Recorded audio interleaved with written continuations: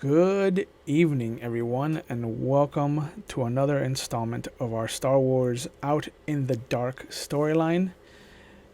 My name is Will, I am the storyteller, and tonight we have a new crew member joining us. Uh, he is a fantastic artist, a wonderful friend, and an amazing Imagineer of wild and fantabulous stories. He is a beer connoisseur who is a lover of stouts and anything sweet, and you can find him on DeviantArt at Ike Toon. Please welcome Ike to the show and to the game table. Ike, welcome. How are you looking forward to being part of the Star Wars game? Oh man, thank you for that introduction, man. You flatter me. Thank you. Thank you, man. Thank you for having me on your show and being part of this game and those kind words. And you're a wonderful friend too, man. I love you, brother. Thank you, sir. Thank you. Tell us a little bit about who Flid is in your mind. Lid is a Sullustan, Okay. very mousy looking. Big ears, the eyes. If you know what a Sullustan is, he's a cool guy. Very positive, happy. He likes to joke around, wants everybody to have a good time and in the best of spirits. Mm-hmm. And he does this by cooking and contributing dishes to everybody. He believes everybody should be on a full stomach and just be happy and enjoy life. Of course. Of course. But he's kind of like a pacifist, never done violence. He's never really experienced violence in his life, so strays away from that, and doesn't know how to handle type of situations unless, here's a hot meal. Yeah. Let's eat, let's drink, and have fun. Oh, yeah. He's gonna fit right in. He's gonna fit right in with this crew. I haven't So, seen the other sessions, so I'm oh, just perfect. interested. I don't know. Perfect. So, we are going to pick up Flid at the end of this session 0 in our first actual episode of the game when he's 49. 47, we said he is. How old he is? 47. 47.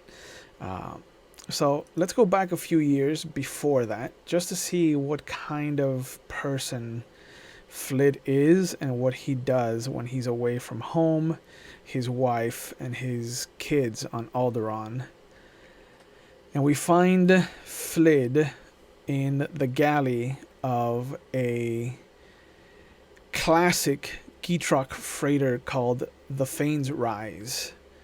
Um, it is currently piloted by a Twi'lek female named Pris Leonard, and it has a standard crew of about 3 humans, um, who all have a passing resemblance to each other. There is a Salonian that is kind of like the muscle, and then there's 2 small weird creatures that this is the first time you've ever interacted with them. But to give you a picture, they're kind of owl looking, but like humanoid shaped. Uh, as soon as I can find them, I'll tell you what they're called. But this is the crew that you currently are helping, um, as they've brought you on board because you're one of the few people that's actually been to this outer rim section uh, that is currently being mapped out, called the Bakura sector or Bakura sector, and the captain was directed in your general vicinity by one of her associates. That's not them. But those are weird as fuck. Uh, every It's in the time, book. yeah, every time I think I know where they are, it's just like, nah, they moved.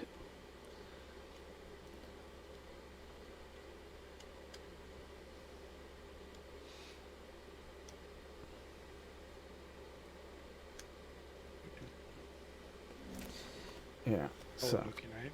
yeah, they're little owls, basically. They're like Virgil from the Mighty Max cartoon. Oh, Virgil, I remember him. Yeah, yeah, yeah. But without the deep Right here, page 128. Is that it? The Richies?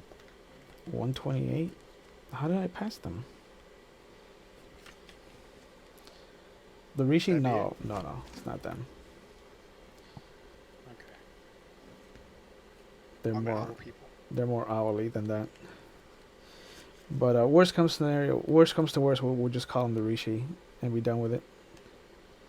So we can move on. And then I'll find them and edit that in the first session. There they are. The sachet, Page? page 136. They look more like cardinals Oh, now that I look at yeah, them. that's right. I saw those, but I was like, oh, they're still sachets. Yeah. There's two of them that just kind of like chirp at each other as a language. Um, they're not annoying, but they are, you know, very repetitive in what their language is and how it sounds, and it just kind of grates after a certain amount of time. But Pris is making a delivery to Bakura. She's hired you to navigate her team over there and to basically take care of them since they're also picking up some culinary goods for you, as you have had it on good authority that there is a particular herb on Bakura that would make your curry a little bit better, if you can believe that. Oh, yeah. So the trip is said to take a good portion of 2 weeks. It has been 1 week so far, and everyone's kind of gotten along for the most part. No one has tried anything dangerous, and any time that there has been any disputes at the chess table or at the card table, you've had a dish ready to kind of simmer everything down. And as you are in the middle of washing up after one fulfilling dinner, you all feel the ship just drop out of hyperspace. It's sudden, and it kind of makes everybody hold on to something so as to not to lose your balance. And the captain just kind of looks around, motions wordlessly at the two sachets, and they immediately run off to the turrets. The three humans kind of like start helping pick up whatever's fallen over. One of them, who is named Daniel, has been the most friendly of the crew towards you. He actually has taken notes as well.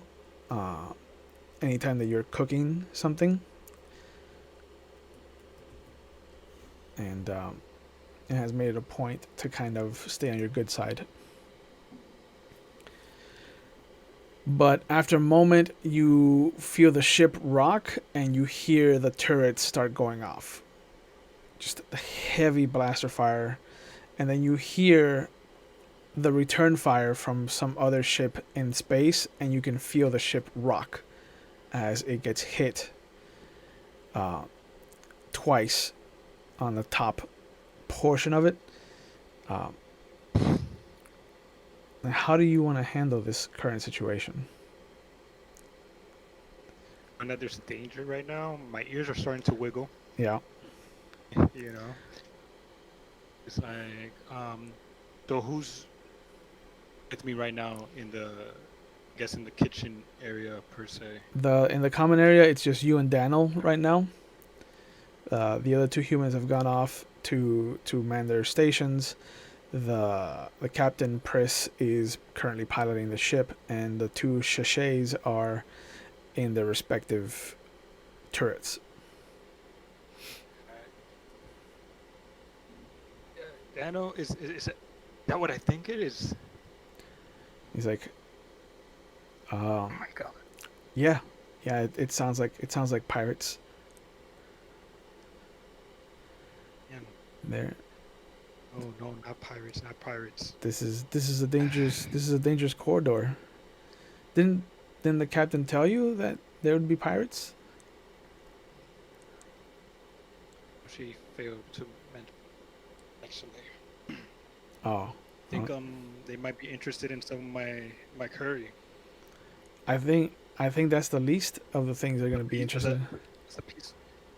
the peace offering, something so they can stop firing at us.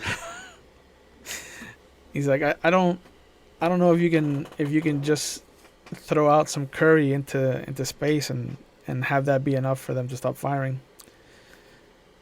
It might Now we fire can get on the more. telecom like, and let them know like if there's curry here and we can give them some. You know, Uh, he walks over to the there's no wall. need, He walks over to the wall, and you no see need, him. You see him get on need for this.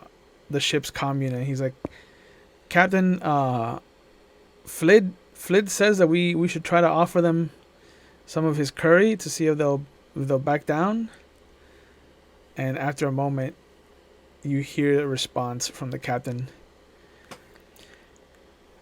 Oh, well, if Flid wants to go out there in a spacesuit on his own and offer it to them, then he's free to do that. But otherwise, buckle down, shut the fuck up, and just let us do our thing up here. And the comm goes dead. And he shrugs at you. I thought it was a good idea. I like your curry. Thank you. It's a good curry. It's mother's recipe. You know. It's I not try to. it's not spicy like other What are we talking curries. about curry? Oh, we're talking about curry and we're getting shot at. Yeah, and as you say that, you see the ship rock with another hit that it takes, and you see one of the exhaust tubes just shoot out a torrent of gas. And he's like, "Oh, I should get on top of that." And you see him kind of just Please do now, awkwardly, please. he awkwardly just walks away to get his tools. Uh, I look around to see if there's anywhere I can hide. It's not being I mean, there's not happening. there's your room. There's the locker inside your room. There's the escape pod that you can hide in. There's a few places. I know I'm gonna head to my room. I think I left something back there. Yeah, going over there. Okay, yeah, And he walks by you with his toolbox, just whistling. it's that pipe. He's like, I will, Flid. Head Mm, over to my room. yeah. You see that as you're about to walk into the room, you hear the heavy toolbox kind of land with a thud where the pipe is kind of shooting out its gas. And you see that he walks away for a moment, and then you see him walk back, and he's got another bowl of chili with a spoon in his, and just kind of like starts to eat it as he looks at this damaged pipe.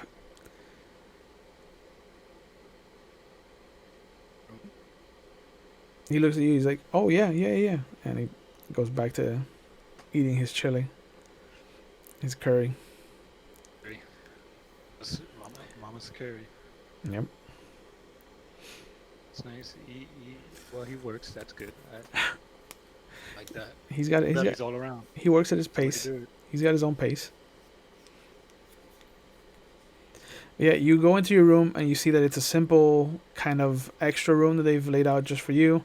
There's a single bunk bed.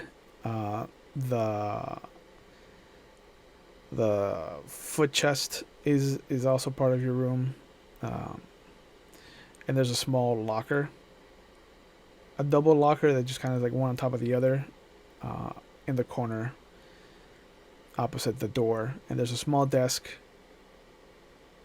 with a chair and just like I would imagine your data pad is there with your recipes and things like that in your notes. My data pad. Bear with me. Is there some type of like a recorder or something so I can send like a message? Yeah, yeah, you could have a simple like sonic recorder, like an audible recorder to record your voice onto. Grab that, and I go into the locker. Okay. And I hide in the locker. All right. You squeeze into the So I lower got my locker. my. I'm a little person, Yeah. somewhat. Yeah. Do that. My recipes and the recorder, and I start recording a message to my family, especially my wife. Just in case. Just in case. Okay. Uh, midway through your recording, you hear Hey, honey, the the engines just it's suddenly okay. die on the ship, and everything outside the locker just goes black. The only light you have is the light emanating from your data pad right now, uh, which is illuminating this small, like foot deep, maybe a foot and a half wide, and this 3.5 feet tall space that you've crammed yourself into. Off the light, the recorder, because I can see Yeah. light. And I continue with my message. Hey, hon, everything's gonna be okay. Oh, oh, wow! No, don't disregard that Yeah. noise. That's the ruckus in the kitchen. Yeah. I'm trying to teach one of the humans to cook. And you just hear, Mother's Flid, special curry. Flid, don't come out. He's talking that it's too soon to come out. He's learning, honey. He's learning. Yeah, the boys. Flid, I hope the boys are doing Flid, good. they're boarding. Don't come out. Got special guests coming. Special dinner guests. You know, they heard about the curry. It's a success. It's a success. And immediately when you say that, you just start hearing blaster fire being exchanged. I had nothing for that one. It's, uh, it's the inner. That's It a little works. that's a little rougher. And just want you to know, I love you. Love the boys, and I will see you soon. And I can't wait to try out this new herb. Hopefully, it will make mother's curry fantastic. Tie them up And and search the ship for others. but I gotta go. I gotta go. Daniel's gonna burn the place if I don't get out there. Love you, honey. And you can hear footsteps of people kind of going room by room, sliding doors open.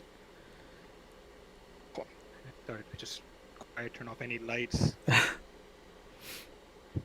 Yep.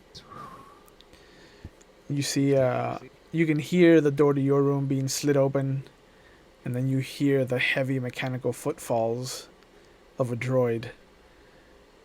And then you just hear the metallic voice.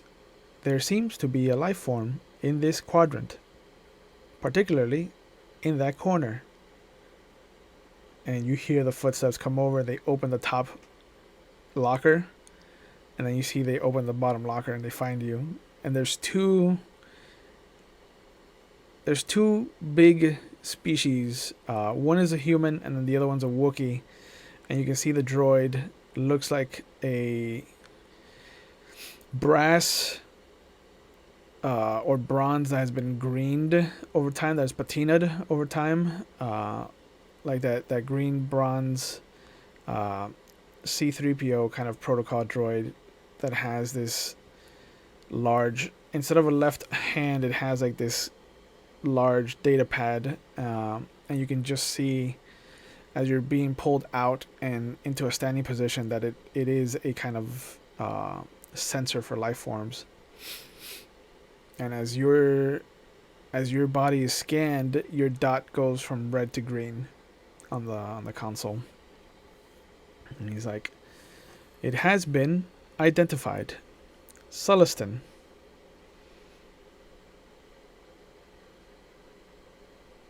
That's, that would be me. The human looks at you. Listen, What's your name?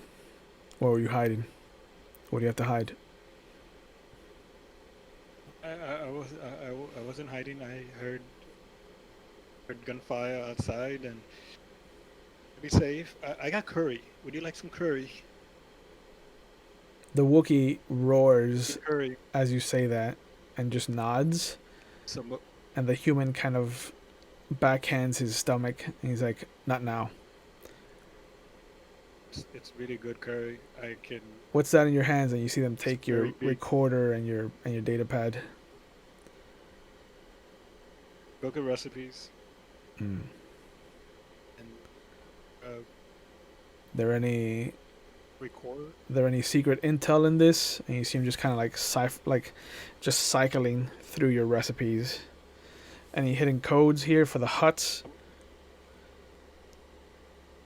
Huts. You working Not with a fan the of the huts. So you no. working with the Concordian?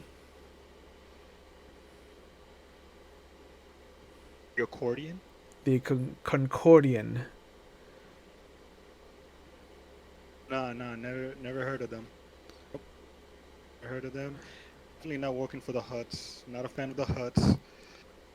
Definitely no secret coatings, but it is secret recipes of my mother. He's like, And he looks at the Wookiee. He's like, "Rixie, take him outside, put him with the rest of them." And the Wookiee kind of grabs you by the arm. outside in the ship. Outside in the ship, right? Not outside in space, correct? He's like, Right? "We'll see how your curry tastes, and if it's bad, then it'll be outside. But right now, it's inside." And the Wookiee just kind of grabs you and starts pushing you out the door. And you see the droid follow suit. I'll go. The droid follows you after you. Data Is book of recipes. That back, yeah, he stays with it in the room, and as the droid follows you, you hear him. "The life form has not identified itself. Please identify itself." Oh, Flid. Yeah, that's. Sullison identified. Flid. No. Excellent. Just Flid. It has been noted. Thank you, Flid. Droids, huts. And sure enough, you see as you are brought out into the common area, Daniel is bleeding as he's been shot in the arm. One of the other humans is splayed out, presumably dead because his chest is not rising or falling. The other human is looking worse for wear, and the captain is also kind of bound in the corner, and the sachets are currently, each one has a pirate boot on top of their backs. And as you're brought in, you see this heavy looking human with this regal looking spiked crown of just these jagged tiny horns that protrude from his head, just kind of look over at you. And he's like, Is that all of them? Is that your whole crew, Pris? And she nods. And he looks at you. He's like, "What do you? What do you do in the ship?" Uh, um, I cook. I curry. I got curry there. Fantastic curry. You should definitely have some. Definitely have some. It's The really the good. Wookiee pushes you towards the others, but he has stopped caring about you, and he goes over and he serves himself a bowl of curry. Try to make my way towards Daniel so I can see if how badly hurt he is. Okay, let's have you It's okay. make a first aid check. First aid. See what you get. 7. Uh, he's been shot. He's been shot bad, and it looks like it should be easy enough to bandage if you can get to a first aid kit.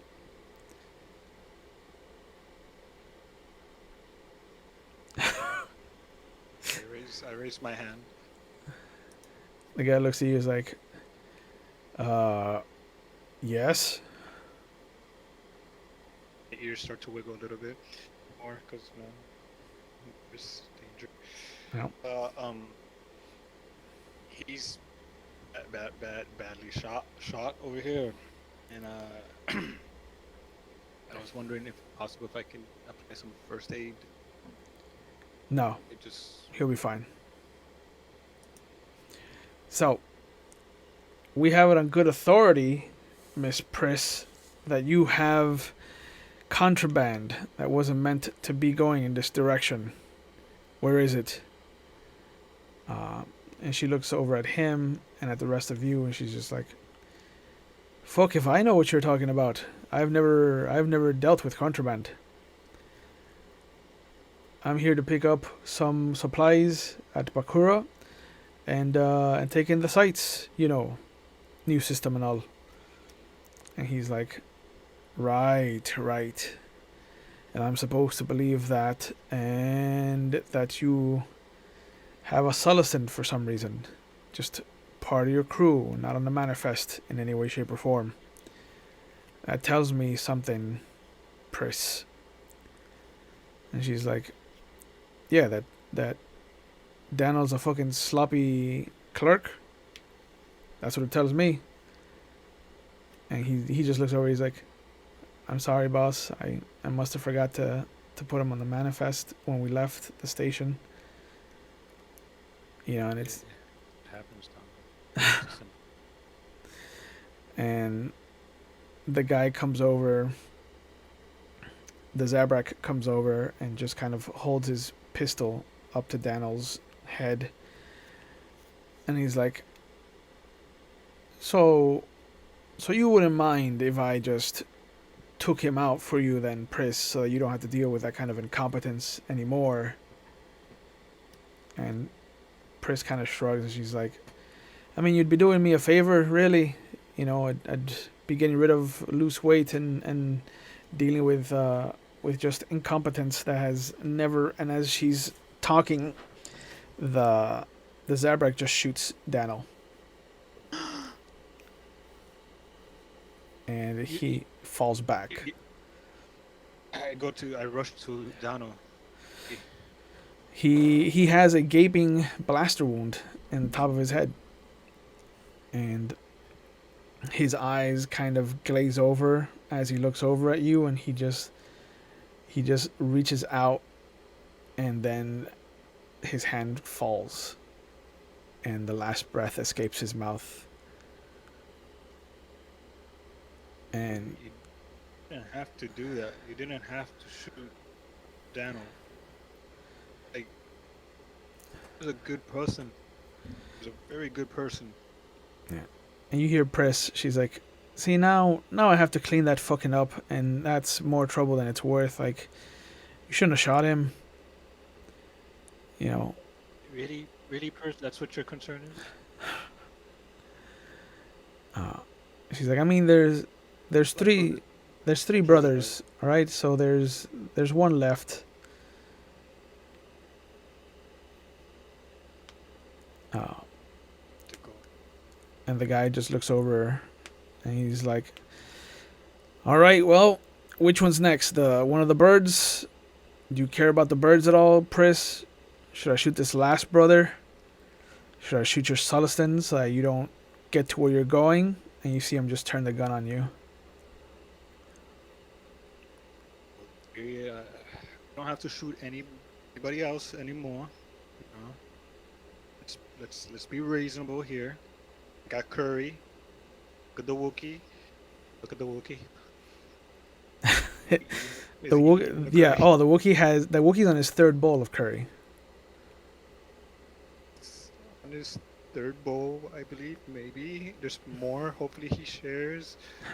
There's no need for any more of this violence. Let's just eat the curry. I'm sure there's a misunderstanding. Let's nobody else needs to die. Please, please, no more. No more of this. I'm this. Please, please. As you say that, you see one of the other members of their crew come out of the cargo area, and it's just holding this what looks to be like a felt box that you would have for a metal of sorts. Like it's really thin. It's a really rectangular kind of shallow box with a lid on it. And as he comes over, he opens it up to him, and he just looks down at it with this look of wonder. And he reaches into the box and he pulls out this necklace, this very very beautiful leather strap necklace that has this kind of beautiful metal grasping ring holding, excuse me, this gem in its set. Um, it's maybe the size of like the top half of a thumb, but it's just kind of set. And as it catches some of their shoulder lights, you see it emanate its color all over the walls as it refracts the light. And he just looks over at her. He's just like, "You're a sneaky cunt, Pris. This is what you're taking to Baccarat? For who? Who wants this?" And you see him now again come over to, like, he stands right next to you and he holds the gun up to the top of your head. And he's like, you can't take it where it needs to go if you've got no one to take you there. Curry. Please. And Understanding this is all. she looks over and she immediately stands up and she's like, all right, fine, fuck. That's meant to go to someone whom I don't fucking know. All right, I just have a code name and a drop off point, and that's all. I don't know who ordered the delivery. All right. All I can say is that it came from some Mune, somewhere on the Mune homeworld. All right, that's all I can tell you. And he looks over. You see him holster his gun, and there's just this deep kind of enjoyed laugh that echoes in his cauldron of a belly. And he's like, "Now you see what happens when we're all open to communication. Everybody gets what they want. So, I think I'm going to take this and your Sullustan, and we're going to go talk to this whoever you have to deliver this to. And I think we're going to take a new course of action with this delivery, because I think we can definitely secure it better than your crew can, seeing as how you're down a couple of crewmates. You know, consider it a gesture of good fortune, Pris. So, what's the name and what's the code? And she's like, I they're expecting me and my crew. They're gonna feel they're gonna know that something has gone wrong if they see you and your fucking dirty henchman there. Don't do this. And he just smiles and he's like, alright, I guess I'm gonna have to do this the hard way. And he shoots one of the sachets.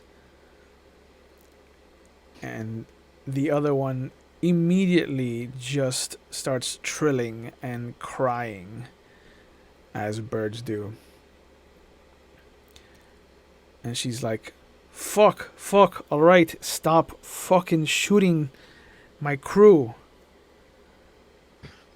I start breathing a little louder. Start breathing.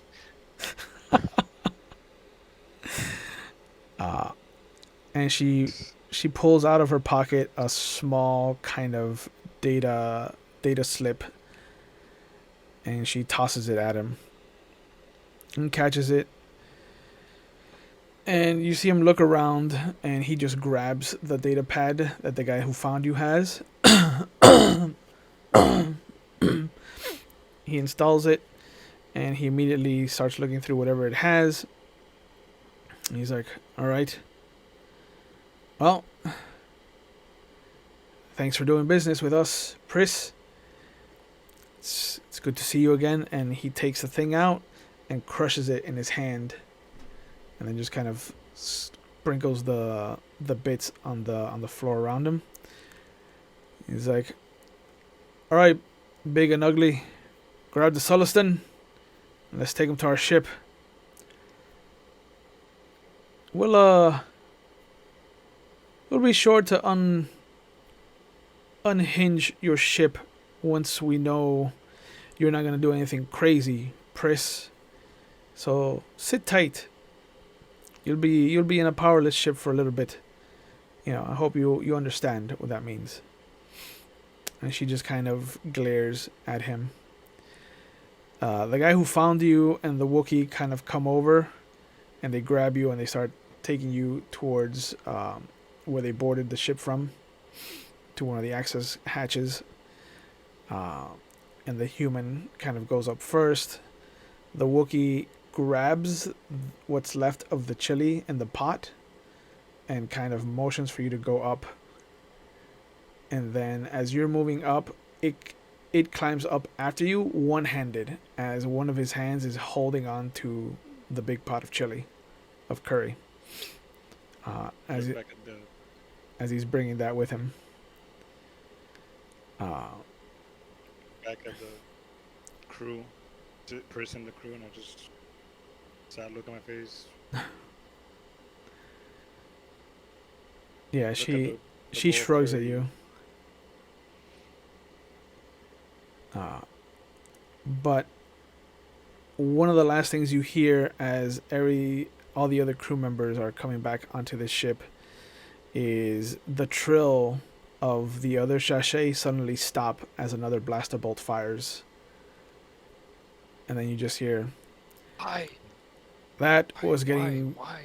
right down annoying, and I'm sure you'll thank me in the morning. But Why so much death? Like, who hurt you? you can get by on two crew. You're like this because you haven't had any of the curry and more death. Yeah, and he starts climbing up, and he's like, "It's a pleasure seeing you, Pris. I hope we run into each other again on better terms." And as he comes up, he closes the hatch, and you see both hatches to the ships kind of close, And after a moment, you can hear the magnetic clamps just separate from each of the ships. As they move you into the common area, the Wookiee kind of sits down next to you and holds you into the seat next to him. But you see that he's still kind of like spooning at the chili from the pot itself now. At the curry, rather. Do you like the curry? He nods. And you see him kind of roar something at you. And then he just kind of pats the top of your bald head. If you want to make a languages check to see if you understand what he said to you, you may. If I speak Wookiee. You can try to understand Wookiee. Ooh. The red box means that you rolled a 1 on your wall die. So you assume that what he said is that you're going to be eaten at some point.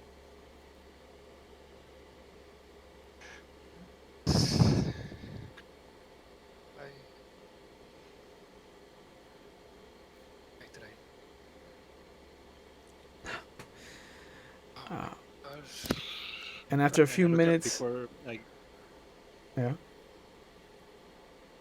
I was gonna say before I look at before I palm my face, yeah, cut my hands to see they're dirty or they got any of Donald's blood on them. there is a bit of splatter of Daniel's blood on the back of your right hand. And when you, yeah, when you grab them, there is some blood on the inside of your palms. Wiping it off on my apron. Yeah. But yeah, you see after a moment, one of the humans and the crew comes over to you. Is like, Captain wants to see you in the cockpit. Wants you to put in these coordinates. And after that, we'll let Pris and what's left of her crew go.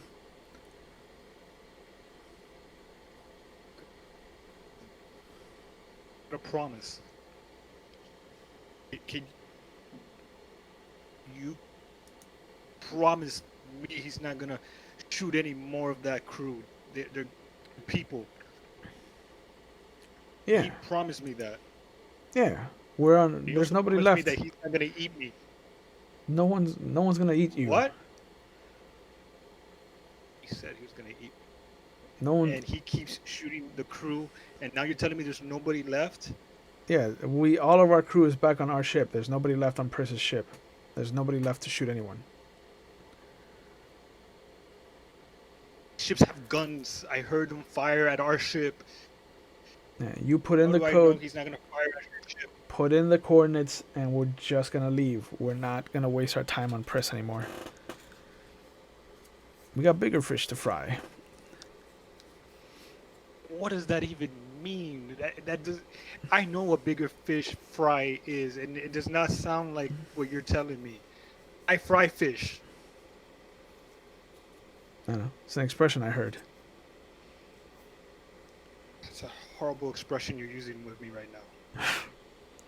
I thought you'd like it. It's food related.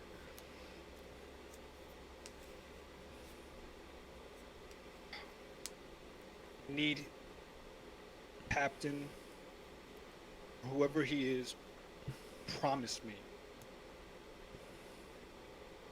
All right. He grabs you and he takes you over to the cockpit. And he's like, Captain Grint, I brought the fish face. And he turns around in his chair and he just like motions to the astrogation seat and he's like, all right, put in the coordinates and then we'll take off.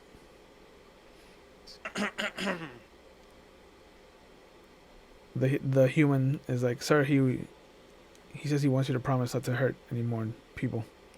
You're wiggling.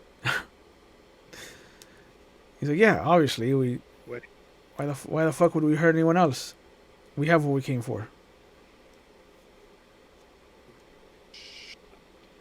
Out of the crew. Shot one of the sachets. Shot three friend of mine. I don't know who had potential. Probably being a sous chef. There's blood on my hands. I can't even take them off, no matter how much I wipe on my apron. You're gonna tell me that you're not gonna, I don't know, blow up her ship? No, I'm not gonna blow up her ship. Need a promise. All right, since you're a 3-year-old, I promise I'm not gonna blow up her ship. I'll put the fucking coordinates in the computer. So, you're gonna roll the astrogation with the asterisk on it, Uh, since it's a place that you've already Association sound. yeah, since it's a place that you've already been to. Um, Question. Yeah. Um, how do I put it in? Oh, there's What? But there's an astrogation chart there. But if you're talking about the roll 20, there should be the die button next to the skill. no, no, no. In character. In Okay. character. That is, I look at the console. All right. The guy next to you kind of brings up the astrogation chart, and he's like, "It's right there in front of you." And once he points it out to you, I see that. once he points it out to you, you put in the coordinates, and it shows the what's known so far of the Bakura system. And sure enough, it's the same kind of place that you're supposed to take them to. And you see them. The captain kind of smiles, and he's like, "All right, take him back to his seat. We're in for a nice ride."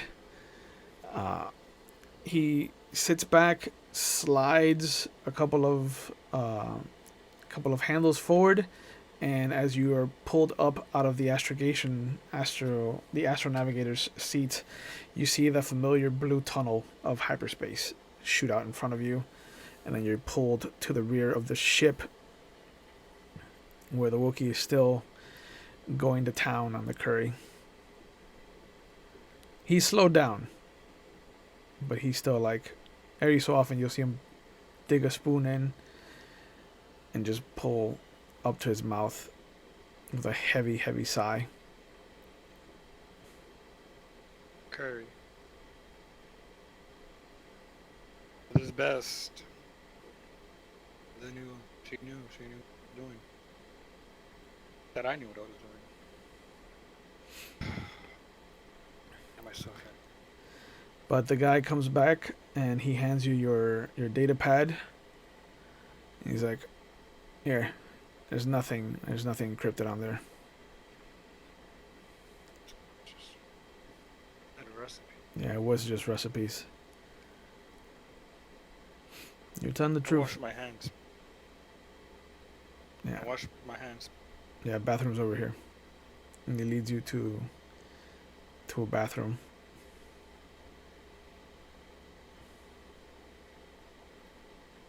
To the bathroom. Yeah, you hear that he's staying outside. And on the faucet. Yeah. I'm washing my hands. Splash. Make sure I get the blood off. I splash them in my face, and I just start crying. Oh my gosh. Okay. Much death. Never happened on any of my other expeditions. Yep. This is the first time that you've ever had to deal with piracy. I wish. I just want to see I just want to see AIM. Kids again, the boys.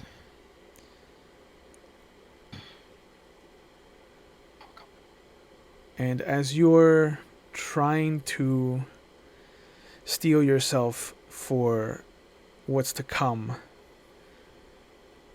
there's a moment where everything goes to black. And then there's just the blaring alarm all of a sudden that wakes you from whatever nightmare you were experiencing just now. And you can just hear the captain's voice.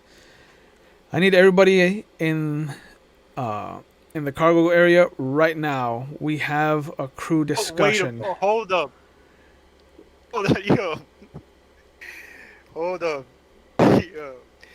Do not just make my character through some shenanigans and then tell me it's a dream, sir. It is. It is. It That is. is some nightmare. It is a nightmare, but it is based on reality. It is based on something that has happened to your character, and it is a little bit of PTSD that I think he's going to carry Okay. with him.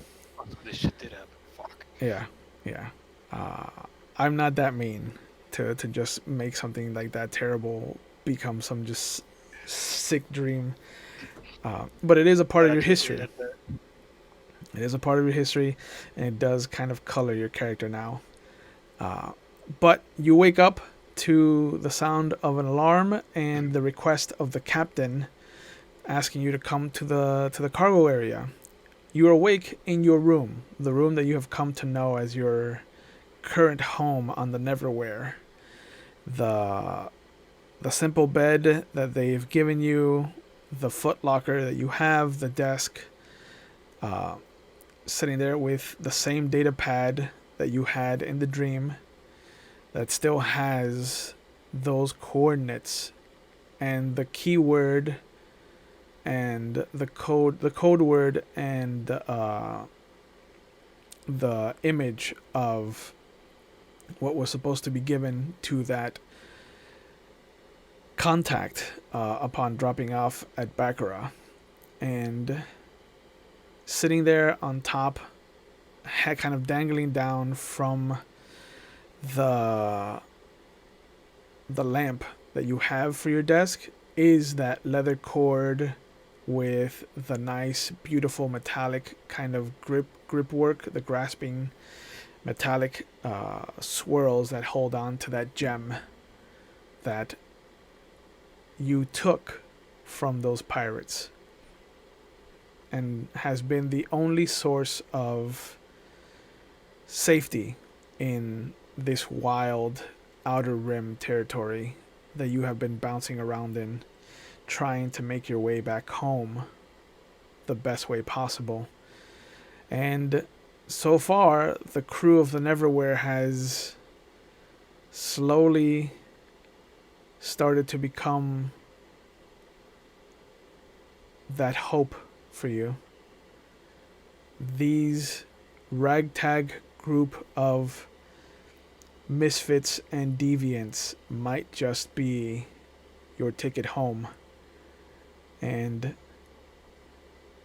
this is where we will pick up our first actual game, with you waking up on the Fucking fantastic, the dude. bed of your ship, the bed of your in your room on the ship called the Neverwhere, trying to go to the cargo room where everybody else is going to be meeting up. And I'd like to thank everybody that sat down with us tonight and got to see Flid go through his session 0 and see how this paints him moving forward and what he brings to the crew of the Neverwhere as we explore the Outer Rim in this Star Wars story we call Out in the Dark. I want to thank everybody again. Be safe, wear your masks, and we will see you next week.